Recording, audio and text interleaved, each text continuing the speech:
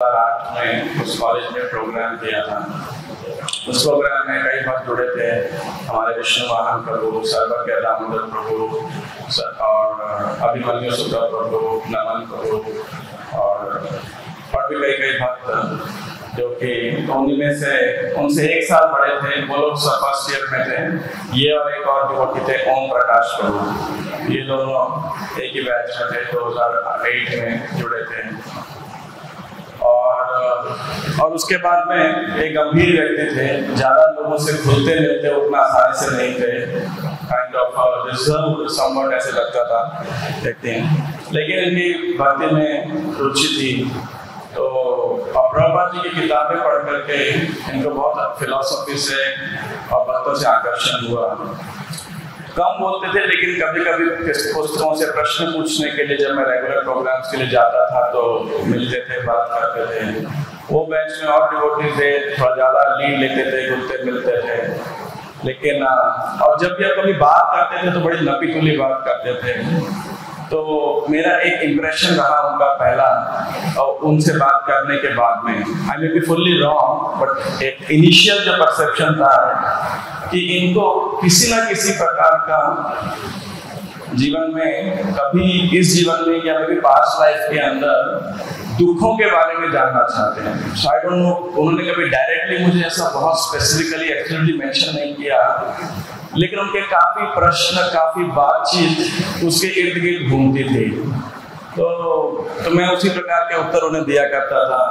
और जब मैं खासकर कल से लेके आज तक रिफ्लेक्ट कर रहा था तो मुझे वो जर्नी याद है। लेकिन खासकर फिर प्रभुपाद जी की जब उन्होंने पुस्तकों का अध्ययन करते थे, लेक्चर्स को, फिलोसफी को सुनते थे, तो फिर जो है वो उनको बहुत ही स्पर्श किया और उन्होंने बहुत गंभीरता से कृष्णा कॉन्शियसनेस को लिया उन्होंने। उसके बाद वहाँ पे हमारा सेंटर था, न्यू सेंटर खुला, तो वहाँ पे आई थिंक 2-1 साल या समथिंग ऐसा कुछ पीरियड के दौरान वो रहे भक्तों के साथ में। वो समय पे काफी अच्छा हेल्प भी था उनका, और उनका नाम भी था परमवीर। तो मैं उनको बोलता था कि आप सारे वीरता पूर्वक कार्य करते हो, क्योंकि लिटरली जो कार्य कोई नहीं करना इतना पसंद करता था, टफ हुआ करते थे, मुश्किल होते थे, वो कार्य वो किया करते थे। बैक एंड के अंदर रह करके कभी सफर वजन उठाना हुआ और एटसेट्रा एटसेट्रा, खासकर मेंटेनेंस के कार्य वगैरह, तो जितनी डबल कोट डिफिकल्ट सर्विसेज होती थी। और ये उनका जो पैटर्न था कि उनके पूरे जीवन पर्यंत मैंने देखा, और भी अन्य भक्तों ने देखा होगा कि बैक एंड में जो रहने वाली सर्विसेज हैं, जिसके अंदर वो फ्रंट में नहीं आना चाहते, ऐसी सेवाओं में की स्वाभाविक रुचि थी। और हम कई बार विचार कर रहे थे, और मैंने बहुत ट्राई किया कि अगर उनकी कोई रिकॉर्डिंग हो किसी भी क्लास की, तो आप देखेंगे एकमात्र यही हम रिकॉर्डिंग ढूंढ पाए। शायद एक आदि को प्रभुपाद लीला में तो उन्होंने क्लास दिया हो तो, बट अगर हो तो प्लीज हमें दीजिएगा, हम इसे शेयर करेंगे सेवा डिवोट्स के साथ में। But many of us could not find out कि कभी उन्होंने ध्यान आसन पे बैठ के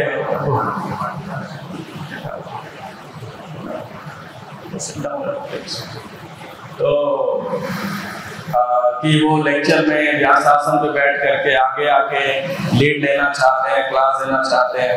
मैंने उन्हें व्यक्तिगत रूप से कई बार पुश भी किया कि आपको क्लास देना चाहिए। नहीं प्रभु जी, आई एम ओके, वो हंस के टाल जाते थे बहुत बारी बात को। आई एम श्योर कई भक्तों ने और उन्हें प्रोत्साहित किया होगा।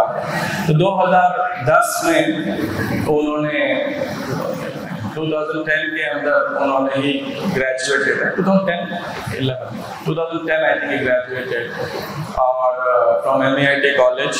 और तो यहाँ पे जब उनका ग्रेजुएशन हुआ तो somehow इनका ओम प्रकाश दोनों का एक कॉलेज से प्लेसमेंट नहीं हुआ था, या as far as my remembrance is there।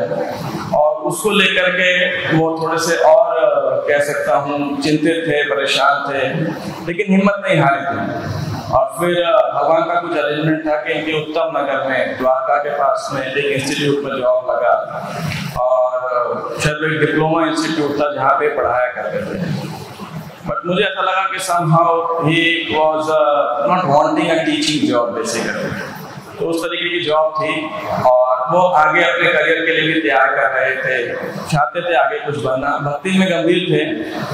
और 2010 से लेकर लगभग 2012 तक समवेयर, अभी इतने पुरानी मेमोरीज है तो मेरे को टाइमलाइंस एग्जैक्टली याद नहीं है, तो कुछ 19-21 फेरबदल हो सकता है मेरे डेटा के अंदर, लेकिन तो समहाउ हमारा द्वारका में भी सेंटर था तो वो उसी सेंटर में रहते थे। लेकिन यहाँ पे उस जॉब के वातावरण के साथ में आई फेल्ट कि he was not very happy and satisfied और आगे कुछ करना चाहते थे और उन्होंने तैयारी भी किया। और उसके बाद में उनकी इंदौर में जॉब लगी। तो इंदौर में एक सब स्टेशन में, I am not sure if it was a government job, लेकिन एक इलेक्ट्रिकल सब स्टेशन उनकी जॉब थी। इसको लेकर वो बड़े संतुष्ट थे।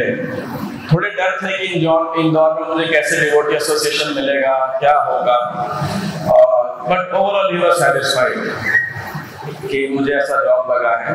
और इसके बाद में अभी ये 2010 से 2012 का पीरियड था, तो मैंने एक बार नोट किया उसके अंदर कि हालांकि ये खुद अपनी जॉब से उतने संतुष्ट नहीं थे, मतलब जॉब में प्रॉब्लम नहीं थी, he wanted a better option career क्या जो भी मतलब उसे, लेकिन फिर भी उन्होंने अन्य कोई और भक्त थे उनकी मदद करते रहे कि उनकी भी जॉब लग सके। तो एक भक्त की जॉब भी लगी इसके अंदर, ओम प्रकाश को भी उन्होंने एनकरेज किया था, ट्राई किया था कि वहां पे जॉब लगे। सो ही वाज ऑलवेज हेल्पफुल। ये उनका एक और दूसरा स्वभाव था, जब मैं आगे बोलूंगा। एक तो रिजर्व स्वभाव के थे, बैकएंड में रहना चाहते थे, फ्रंट में लाइमलाइट कैप्चर करने के ये शौकीन नहीं थे जरा भी। और तीसरा उनका स्वभाव था पर हर परिस्थिति में दूसरों की सहायता करना चाहते थे, जो मैंने कॉमन ऑब्जर्व किया कि समहाउ दूसरों का दुख सहन नहीं होता था, तो अपने यथासंभव जितना वो प्रयास कर सकते थे उसके लिए प्रयास किया करते थे। फिर 2012 से लगभग 2015 तक इन्होंने इंदौर में जॉब किया। वो मेरे कंपनी का नाम याद नहीं है, संभव सब स्टेशन बताया, profile was at a sub station. और यहाँ पे क्योंकि इंदौर में थे तो मेरा फिजिकल संपर्क बहुत ही कम था, लेकिन बीच बीच में यात्रा में आते थे, कैंप पे आते थे। वो दौरान अपने स्मार्टफोन नहीं होते थे, तो generally I would correspond with emails. तो ईमेल पे मेरे कुछ कॉरेस्पॉन्डेंस होते थे, फोन पे हुआ करते थे।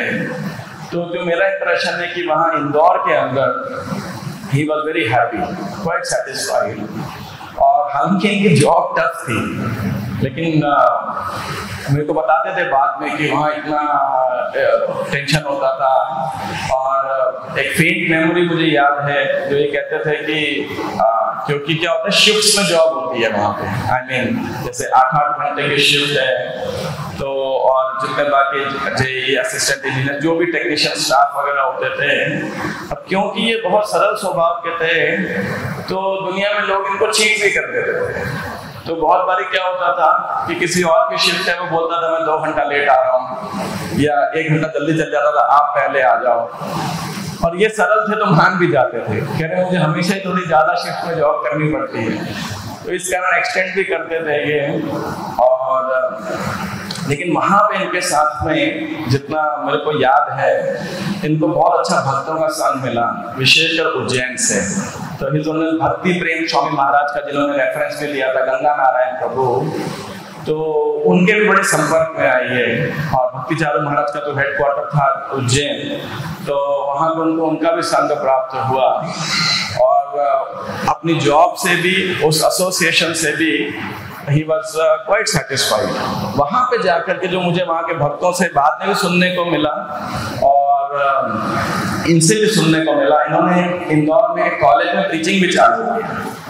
तो मैं बड़ा सरप्राइज था कि ये दिल्ली में थे तो ऐसे मतलब कहना नहीं चाहिए, जैसे बड़े छुपे छुपे रहते थे, बैक में रहते थे, फ्रंट में आके वहाँ उज्जैन जाके, इंदौर जाके, सॉरी, ऐसा क्या परिवर्तन आया। मैंने कहा मैं पूछूंगा इंदौर के भक्तों से, तब मेरा उज्जैन के भक्तों से, तब मेरा अपना रिलेशनशिप नहीं था। बाद में रिलेशन हुआ तो मुझे उज्जैन के भक्त बताते हैं कि आपके यहाँ से परमवीर प्रभु हमारे यहाँ रुके थे, उन्होंने ऐसे सेवा करते थे, ये उनका स्वभाव था।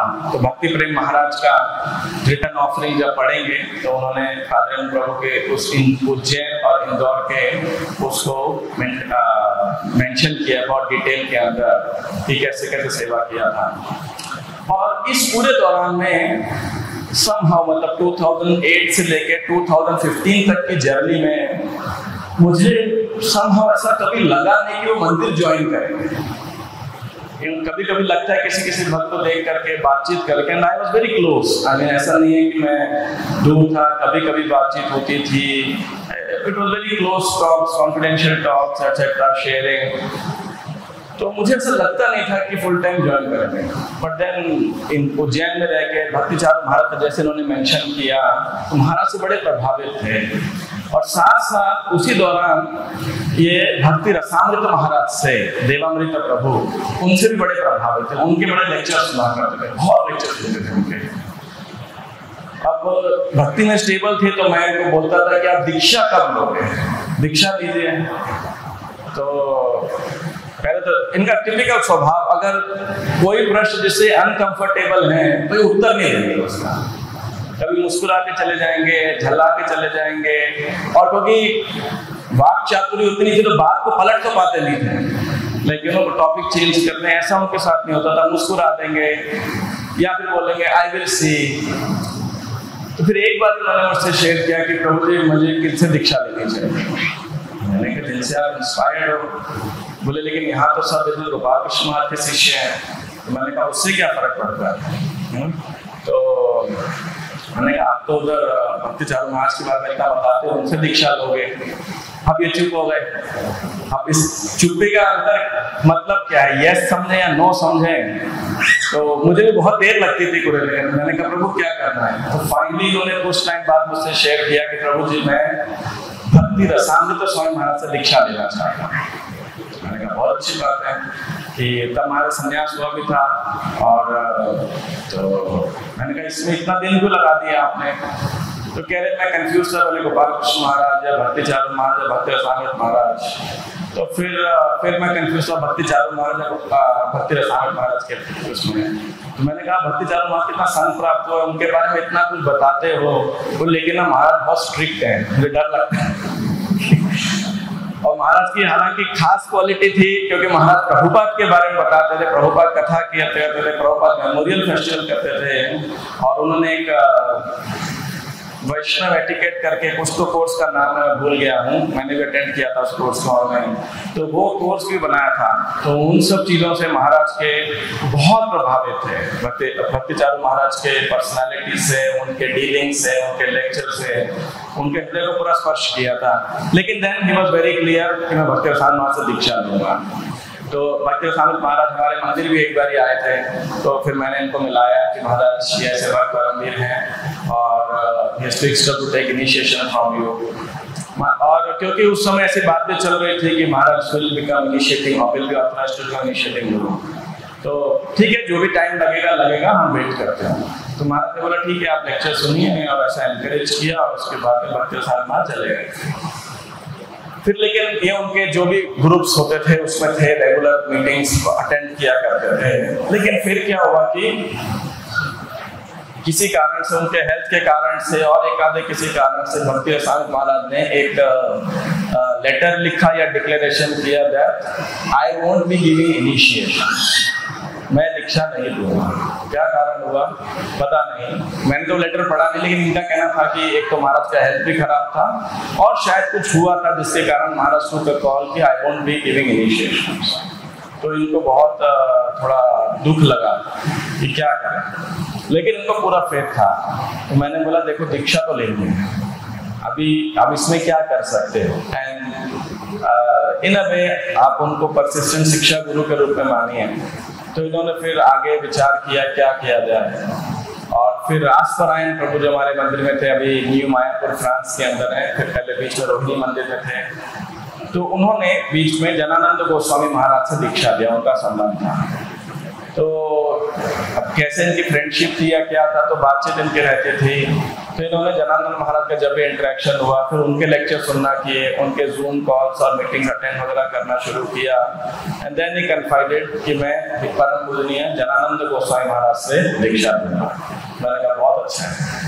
और रासपरायण के कारण वैसे ही जनानंद महाराज से हमारा रिलेशन था। तो फिर जनानंद महाराज से I very close relationship also. तो मैंने महाराज को फिर बताया कि ऐसे ऐसे भक्त हैं, आपसे दीक्षा लेना चाहते हैं। फिर महाराज ने उन्हें अपना व्यक्तिगत संग दिया, वृंदावन यात्रा में लेके गए और फाइनली कोविड के दौरान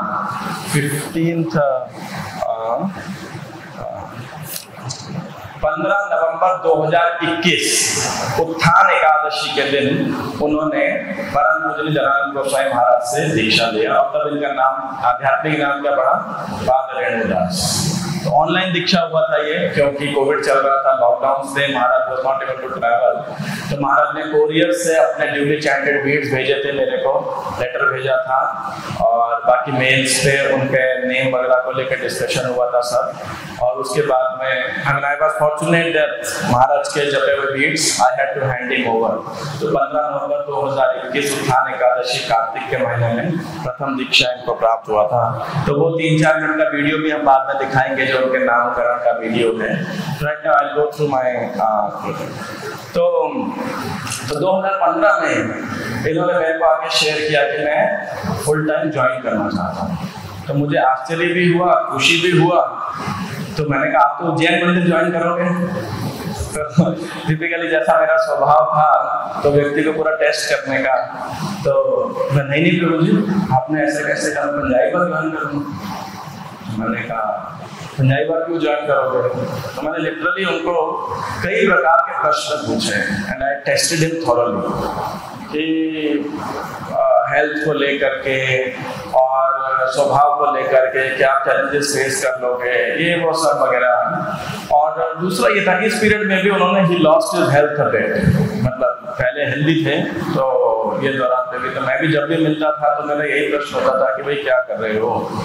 और अगेन माय फेंट मेमोरीज, उस समय नया सेंटर था इंदौर भी, तो बहुत ज़्यादा शायद वहाँ प्रसाद की फैसिलिटी नहीं थे। और इनका भी एक था कि समहाउ ये उस समय से ही अपने आप को लेकर के थोड़े से, आई डोंट नो कहना उचित राइट वर्ड है या नहीं है, ओब्लिवियस थे या केयरलेस थे, मतलब काइंड ऑफ केयर फ्री थे। अपने आप को जब निर्वाह की बात आती थी, he was very simple, I mean extraordinary simple. तो नॉट ओनली आफ्टर ज्वाइनिंग आश्रम, उससे पहले भी कुछ भी खाने को मिल गया तो कोई कंप्लेंट्स नहीं, कोई डिमांड्स नहीं, तो ठीक है। तो फिर मैंने आई मीन लिटरली जो मैंने अपने मेमोरीज में लिखा है, I literally interrogated him, question him and thoroughly tested him. तो मेरे कुछ प्रश्न सुन के वो निरुत्साहित भी हुए कि शायद मैं मना कर रहा हूँ उन्हें आश्रम ज्वाइन करने के लिए, लेकिन ये था उस समय सुन लेंगे फिर बाद में आके जवाब देंगे वो उसको। तो बाद में आके उन्होंने फिर मुझे बोला कि मैं पूरी तरीके तैयार हूँ, सब कुछ ये वो, उन्होंने जो जो मेरे लॉजिकल पॉइंट्स थे उनके उत्तर दिए उन्होंने। तो मैंने कहा ठीक है फिर आप ज्वाइन कीजिए। समवेयर ऑन एंड ऑफ 2015 या 2016 में ही ज्वाइन फुल टाइम। और ट्रेनिंग के दौरान भी जब येलो ट्रेनिंग थी उनकी, आई थिंक 9 डिवोटीज थे उस बैच के अंदर, तो ये सुबह जल्दी उठना और प्रभुपाद जी की किताबें तो इनका हमेशा रेगुलर पढ़ना। Krishna book, I don't know how many times he would have read, मतलब लिटरली हमेशा उनका स्वभाव था रोज कृष्णा बुक पढ़ना ही पढ़ना है, ये उनका नियम था कह लीजिए। नियम से ज्यादा मैं कहूँगा उनकी आसक्ति थी कि मतलब कुछ भी हो जाए कृष्णा बुक तो पढ़नी है, that was his rule basically.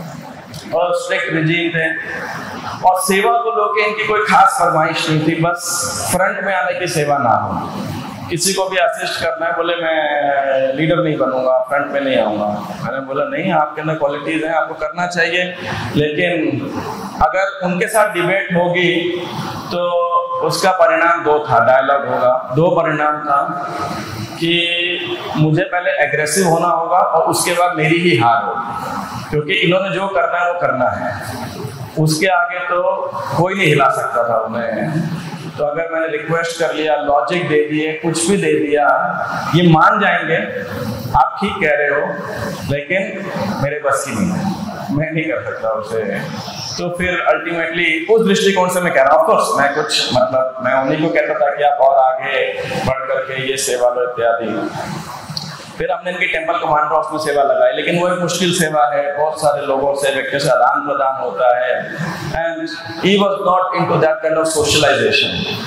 तो फिर इन्होंने मुझसे भी शेयर किया और जो भक्त इनका सेवा कर रहे थे उन्होंने भी शेयर किया कि Prabhu ji is a very nice devotee but perhaps not fit for this profile of service. इन्होंने भी एक बार शेयर किया तो मैंने कहा ठीक है।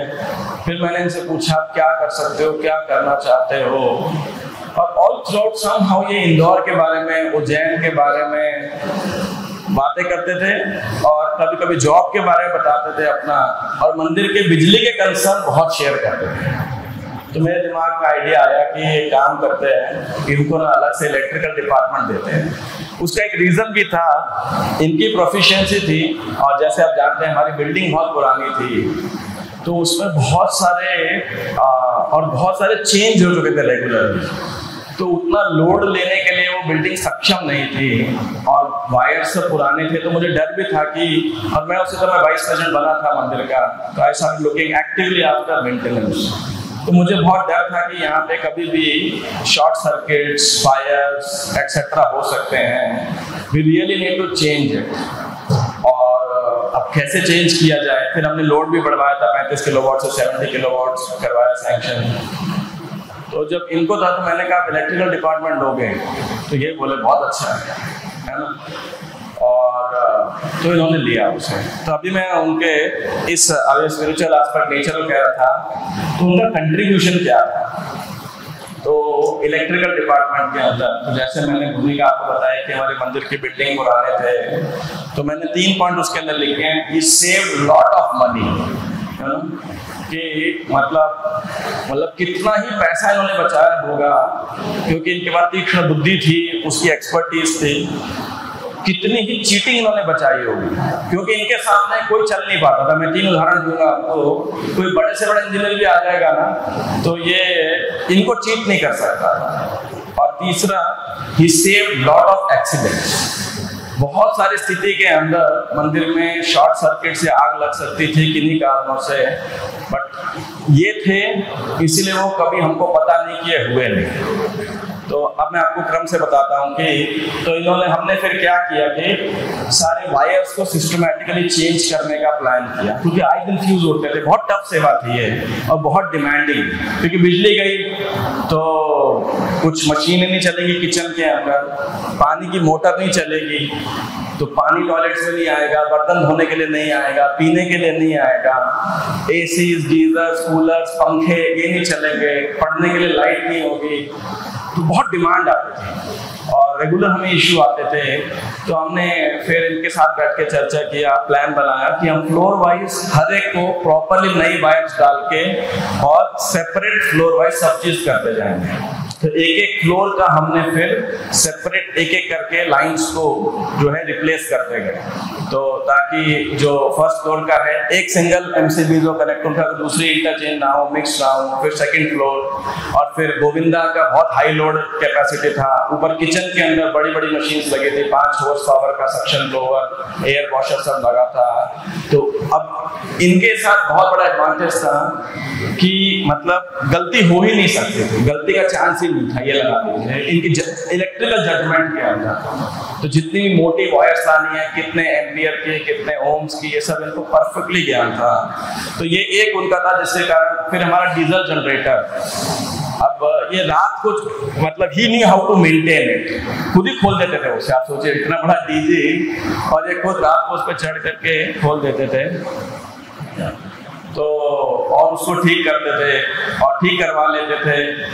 और इसके बाद हमारे एयर कंडीशनर्स, तो वो हमारा हमेशा दुख देते नाले के पास होने से, but he really took a responsibility. अब इंटरेक्ट करने में वीक होते थे तो इसलिए लोगों से थोड़ा नाराजगी फेस करनी पड़ती थी, लेकिन काम बड़ा थॉरो होता था। तो और ये सही ब्रांड्स को चूज करते थे, मुझे भी गाइड करते थे, बताते थे, इन्हीं सी गाइडेंस को हम अल्टीमेटली वो किया करते थे।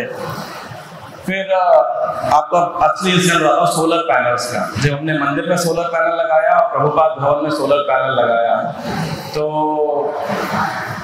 अब ये निर्णय लिया, तो ही वाज पार्ट, हमने 3 लोगों को उसमें रखा था, तो he was one part of electrical audit के लिए बेसिकली, कि जितनी इलेक्ट्रिकल रेटिंग होनी है वो इनको देखनी है, उसके कनेक्शन, बाई मीटरिंग, और ये सब एक्सेट्रा।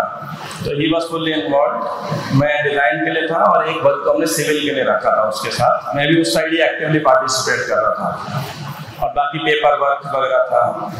तो फिलहाल प्रभुपाद भवन का एक वेंडर से लगाया हमने 10 किलोवाट का सोलर पैनल और मंदिर का 25 किलोवाट का लगाया, वो दूसरा वेंडर था। तो जब प्रभुपाद भवन में जब हम लगा रहे थे तो वो अपने हिसाब से कुछ लगा रहे थे। तो पहले मैं आया तो मैंने उनके सिविल स्ट्रक्चर को बोला कि हटा लो आप, मुझे नहीं चाहिए काम आपका। तो बोले वो मैं क्वेश्चन देखे कि ये साउथ है, कॉस्ट ये थीटा होना चाहिए 10 डिग्री या 15 डिग्री इतना होना चाहिए। तो मैंने कहा ट्रिग्नोमेट्री मैं भी पढ़ा हूँ, चलो ऊपर ममटी पे जाके आपको दिखाता हूँ कि कैसे मैनेज होगा। तो उनका एक बंदा ऊपर और जो उनका इलेक्ट्रिकल कनेक्ट वाला था व्यक्ति उसके साथ पादरेणु को लगे हुए। तो वो बोल रहे सर जी अर्थिंग कहाँ करेंगे? तो वो कह रहे कि अर्थिंग आपको पीछे सर्विस लेन में करनी पड़ेगी। मैंने कहा नहीं, हम अपनी प्रॉपर्टी के बाहर तो करेंगे नहीं, कोई खोद के चुरा के ले जाते हैं वायर्स वगैरह और उसको मेंटेन कौन करेगा।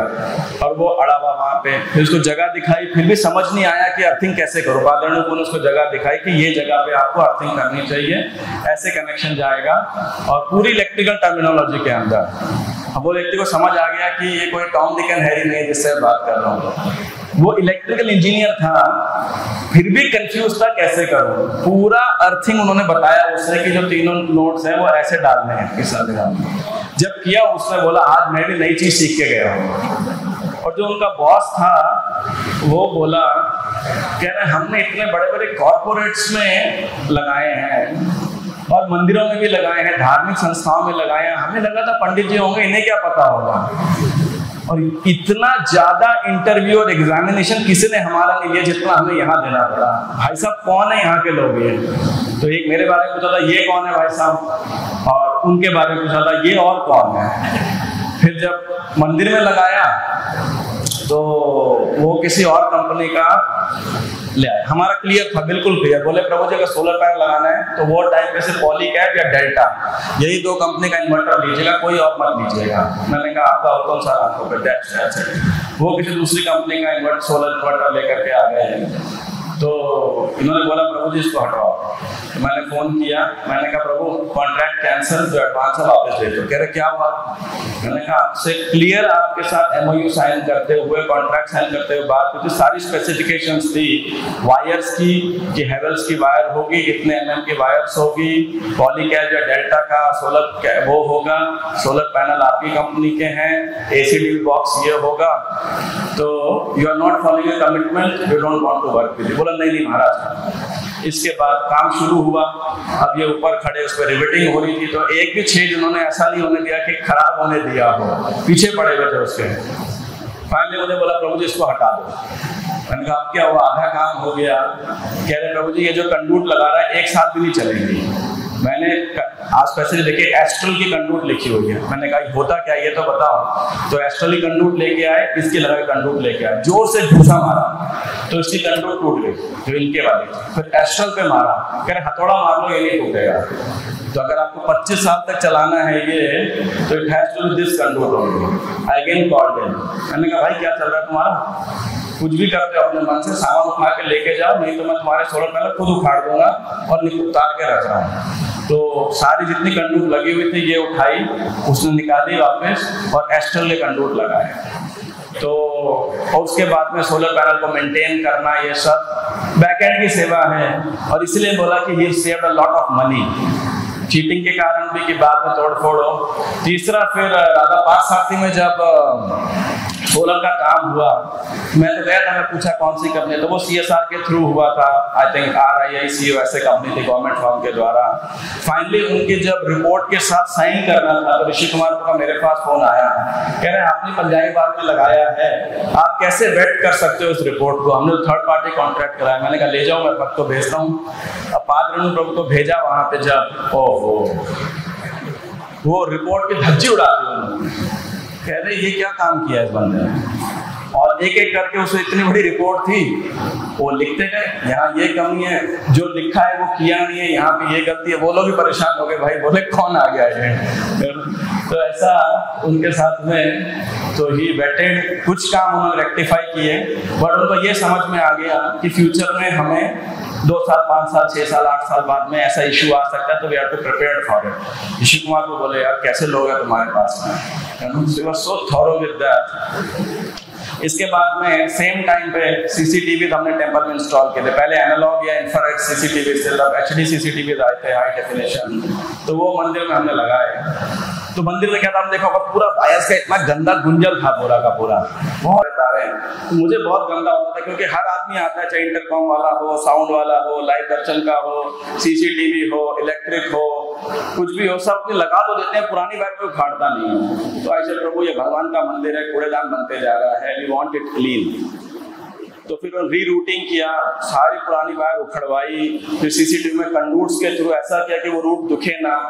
Then he came up with the plan कि हम वायर्स को लेबल करेंगे कि रेड लेबल मींस से electrical line, green label means solar line, और इसके बाद में ये सीसीटीवी की लाइंस है, ये इंटरकॉम की लाइंस हैं। आई एम सॉरी, बहुत ईगरली बहुत डिटेल में आपको एक्सप्लेन कर रहा हूँ, आने वाले कुछ वक्तों के शायद जरूर फिर मिस हो जाए, बट शायद ये इंफॉर्मेशन देने वाला और कहीं नहीं होगा, and I think this will describe him the best. इसीलिए क्योंकि ये योगदान शायद बाद में कोई समझे ना समझे etcetera, and I had lot of plans कि नए मंदिर के अंदर यही जगह में उनकी हेल्प लूंगा, but unfortunately you know Krishna will help us through someone else.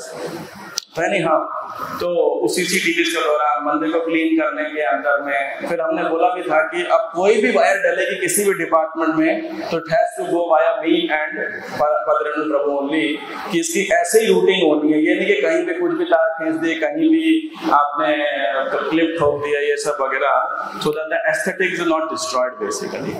तो इस प्रकार से उसके बाद में जब हमारा रेवाड़ी का सेंटर खुला, वृंदावन में हमारे 2 फ्लैट थे, तो सब पुरानी प्रॉपर्टीज में जितने रिपेयर वगैरह मेंटेनेंस करने होते थे ये पर्सनली जाते थे, और बहुत सारे टूल्स थे इनके पास, सो मेनी टूल, पूरा टूल बैग था, मतलब जैसा इलेक्ट्रिशियन के पास होता है, और उससे भी कहीं ज्यादा इलेक्ट्रिकल इंजीनियरिंग के सारे इक्विपमेंट्स, और एक आई थिंक एम्प मीटर या ओम कुछ बोलते हैं उसे, वो चेक करने वाला, सोल्डरिंग डिवाइस, ब्लोवर, और जाने कौन कौन से डिवाइस थे।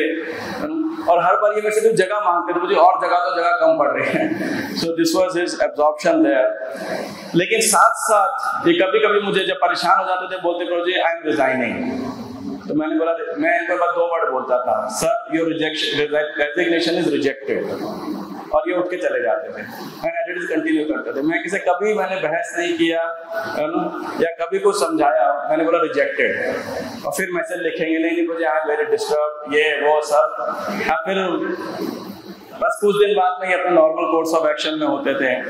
I tell you few more of his contributions, and ये सबसे बहुत सिंपल बात थे इनकी, ना हमने सेवा गेस्ट रिसेप्शन में लगाई, ना डीटी डिपार्टमेंट में सेवा लगाई, लेकिन रोज शाम को बहुत दिन हफ्ते के अंदर कई सालों तक ये शाम को डीटी डिपार्टमेंट में जाते थे और खुद ही बर्तन धोया करते थे। आई एम श्योर सब डीटी डिपार्टमेंट को पता होगा।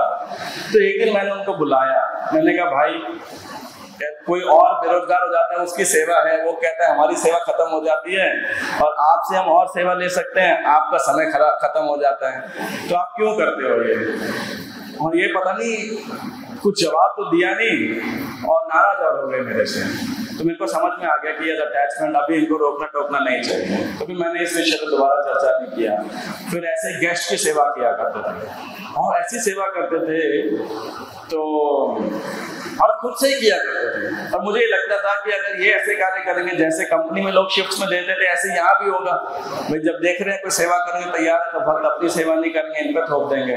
But he was never complaining, कभी आज तक कंप्लेन नहीं किया। बोले मुझे मैं कर लूंगा, कोई दिक्कत नहीं, आप बता दो मैं कर लूंगा। तो और इसके बाद में प्रभुपाद के प्रति और भी भक्ति बताएंगे। इनको बहुत कंसर्न होता था, सेवा करते थे, कई बार रात को बहुत बार रेस्ट करना, प्रभुपाद जी की रेस्ट कराना, माला उतारना। और अगर दूसरे वर्ड में बोलूं तो ये बहुत ही अवधूत टाइप व्यक्ति थे। मैंने कई बार बोला, मैंने कहा यार ऐसे कपड़े पहनते हो आप, थोड़ा अच्छा मेंटेन रखो। तो कहते थे इसमें क्या दिक्कत है, मैंने बोला यार मेरे को भी ऐसे शुरू से फीडबैक आते थे, अभी देखो मैं थोड़ा मेंटेन करता हूँ अपने आप को। तो बाद में बोलेंगे प्रभुपाद जी के भक्त हैं। प्रभुपाद जी ने बोला फर्स्ट ड्रेस देन एड्रेस, मतलब मुझे कौन देख रहा है मैं बैक ऐसा बोल के हो ही वुड कपड़े फेड हो जाएंगे, कुछ थोड़ा धब्बा उब्बा भी होगा। मैं बोला अच्छा नहीं लगता, तो वो वी आर रिप्रेजेंटिंग सोसाइटी, बोले मुझे मैं कौन सा लीडर हूँ। तो ये दैट प्रोफाइल और एक्सेट्रा। और उसके बाद में इन्होंने बहुत सेवा किया था भक्ति माधुर्य गोविंद गोस्वामी महाराज का। महाराज के टाइम पे उनके कमरे में रुकते थे, उनकी ड्यूटी की सेवा करते थे, उनके कपड़े धोया करते थे, रूम साफ करते थे। सो मच ब्लेस्ड भक्ति माधुर्य गोविंद महाराज अस्पताल के दिनों के अंदर। और हमें ने कभी बोलना नहीं पड़ा था, है ना, कि आप उनके आई मीन एंटराज के अंदर आपको सेवा करना है। ही वॉलंटियर्ड ऑल ऑफ इट। और फिर सेकंड इनिशिएशन और सैफरॉन को लेके अब तो 13 साल व्यक्ति ने लगाए फर्स्ट दीक्षा लेने के लिए। तो मैंने बोला अब आप इतना डीटी की सेवा करते हो, अंदर जाके आरती पूजा भोग भी लगा लो, तो सेकंड दीक्षा लो देखो। तो अगेन बड़े मुश्किल से खुद से राजी हो, ठीक है मुझे मैं लेने को तैयार हूँ। तो मैं और जनानंद महाराज को बोला, मैंने कहा महाराज आप पुश करेंगे तो फिर हमारी बात तो क्या टाल देंगे, आप बोलेंगे। तो महाराज ने बोला Paramvir.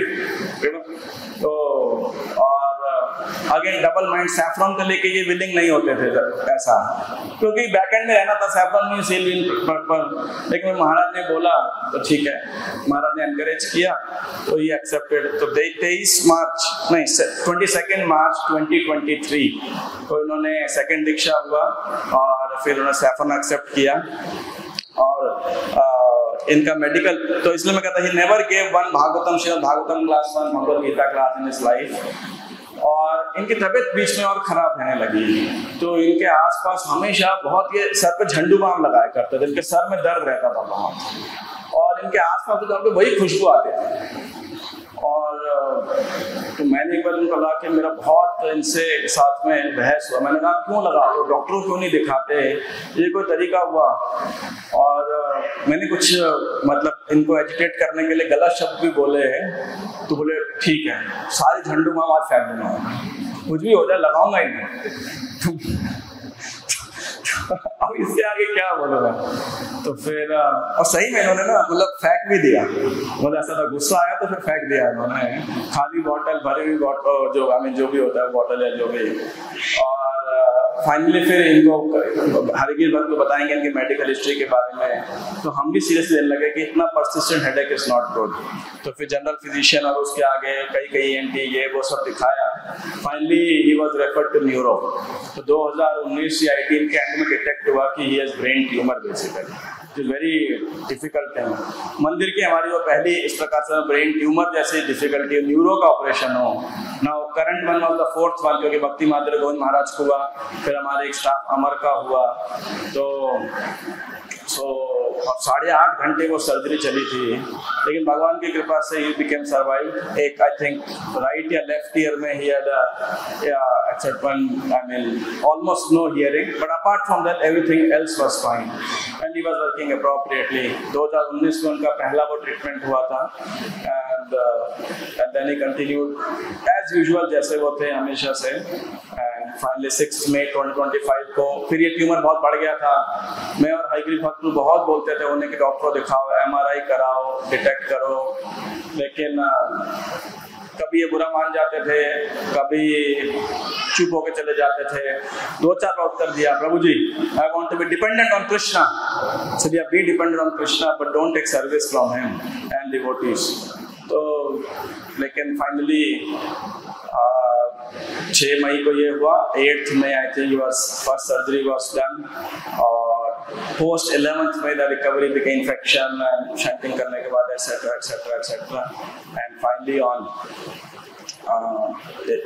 11th June I think 13 June जो है night I mean he departed from this world. लेकिन अब तक के उनके स्वभाव के बाद में जो भागवतम में सुखदेव गोस्वामी कहते हैं जन्म लाभा पर पुंसाम अंते नारायण स्मृति ही। तो इनके सरल स्वभाव को मुझे याद, इन्होंने मुझे कभी किसी को लेके कंप्लेंट किया हो, डिमांड किया हो, आई डोंट रिमेम्बर। इसीलिए हालांकि इनका स्वभाव थोड़ा डिफिकल्ट था, लेकिन लास्ट के 2-3 साल मुझे इनका डील करने में हार्डली डिफिकल्टी आई। उसका एक कारण था कि ये सिर्फ ऊपर से कभी कभी स्वभाव के थे, हृदय से तो ये एकदम बिल्कुल soft, very pure hearted, absolute no mal intentions, you know. रत्ती भर भी क्रूकेडनेस का तो सी भी नहीं जानते थे। He was extremely simple, extremely, you know. तो किसी की बात पे विश्वास कर जाना, कोई क्रूकेडनेस, कल्प्रिटनेस दूर दूर तक नहीं थी। और एक्स्ट्रा चैंटिंग किया करते थे। कभी कोई गलती हो जाती थी इनसे, मान लीजिए किसी प्रकार की, तो ये एक्स्ट्रा माला करना शुरू कर देते थे। डीटीज के पास जाते थे, या एक्स्ट्रा सेवा किया करते थे, या लेक्चर सुनते थे, या प्रभुपाद जी किताबों को पढ़ते थे। तो अंत में ये लगभग 1 महीने से ऑलमोस्ट इनकी जीभ में कोई मूवमेंट नहीं थी, आईज भी नहीं खोल रहे थे। बट ऑन 11th जून लगभग 8 बजे के आसपास he started getting the cardiac arrest, लगभग एग्जैक्टली और डिटेल बताएंगे। और 11 बजे तक 3 hours this whole thing went on।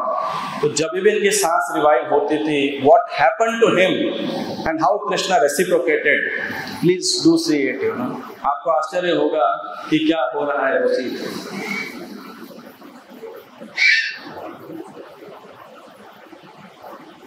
तो ध्यान से देखिएगा, we will share it with you also on social media।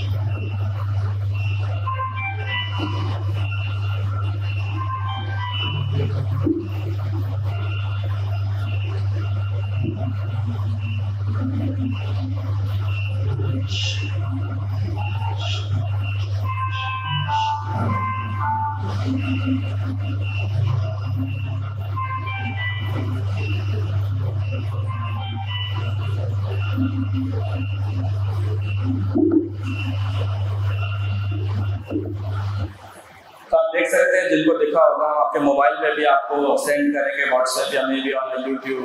आपको क्लियर दिख रहा होगा इनके टंग मूवमेंट से क्या बोल रहे हैं ये, Krishna Krishna Krishna, Ram Ram Ram. One can very clearly make out basically. और 1 महीने से कोई टंग की मूवमेंट नहीं थी। और आप देखिए जैसे सांस आ रहा है, ही सो एग्रेसिवली चैंटिंग। तो ये वीडियो मैंने अन्य भक्तों को भी भेजा, उनको बताया कि पिछले 1 महीने से कंडीशन थी। He said, ये कृष्ण को याद नहीं कर रहे हैं, कृष्ण ने याद करा रहे हैं। So the most surprising thing. So therefore, we should